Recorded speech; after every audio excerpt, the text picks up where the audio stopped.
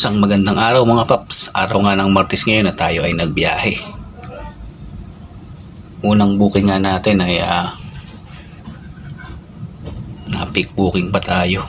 Ang pick up location ni sir ay sa Kasanjo Resort dito sa may bandang Green Park, Cainta.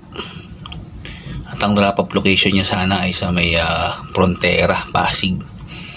Tatawagan naman natin siya nung papunta bago natin siya puntahan. At sumagot naman. Kaso pagdating natin dun sa may pick up location ay hindi na siya sumasagot at hindi na makontak. May nauna din na joyride tapos may pinick up din na lalaki din.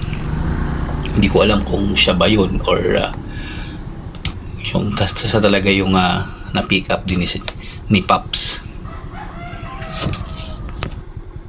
After nga na hindi natin makontak si sir ay pinakancel na natin yung booking sa Joyride app sa customer service. 20 pesos.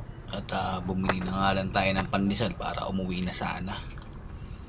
At pagka-cancel naman siguro mga 10 minutes bago ma-cancel ay napasukan din agad tayo ng booking. Ang pick up location naman ay sa Marikina.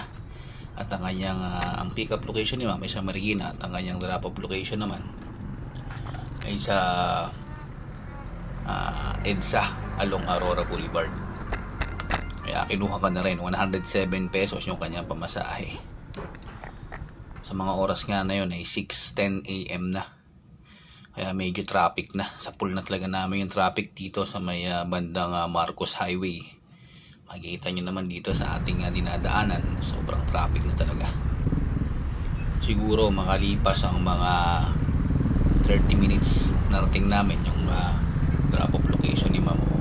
Pagdating nga sa drop off location ni ma'am ay ginawa niya ng 130 pesos yung kanyang pamasahe. So after nun, nung naibaba natin si ma'am ay bumalik tayo. Naghanap tayo ng ating magiging pangalawang booking pa. Punta tayo sa bandang gateway sa ating paboritong tambayan pag nagagawi tayo banda doon.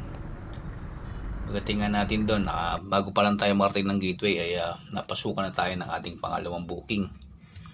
Ang pick up location ay dito sa West Point along Aurora lang at ang kanyang drop off location naman ay sa Marikina din sa Calamansi Street.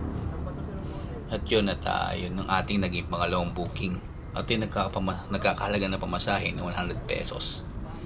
Pagdating ko pa nga lang sa pick up location ay binigay na ni ma'am ang kanyang pamasahe ng 100 pesos. Kaya tuloy-tuloy na rin tayong bumiyahe hanggang sa makarating tayo ng JP Rizal at nagpagas muna tayo dahil konti na lang ang aking gas. Tapos ay dahil traffic din sa bandang Bonifacio, Pamarikina ay umikot tayo banda sa may Ayala Felix nang tayo dumaan para makaiwas tayo ng traffic. Narating nga natin yung drop off location ni ma'am mga 30 minutes 7:30 AM sakto nakarating tayo sa drop off location ni ma'am.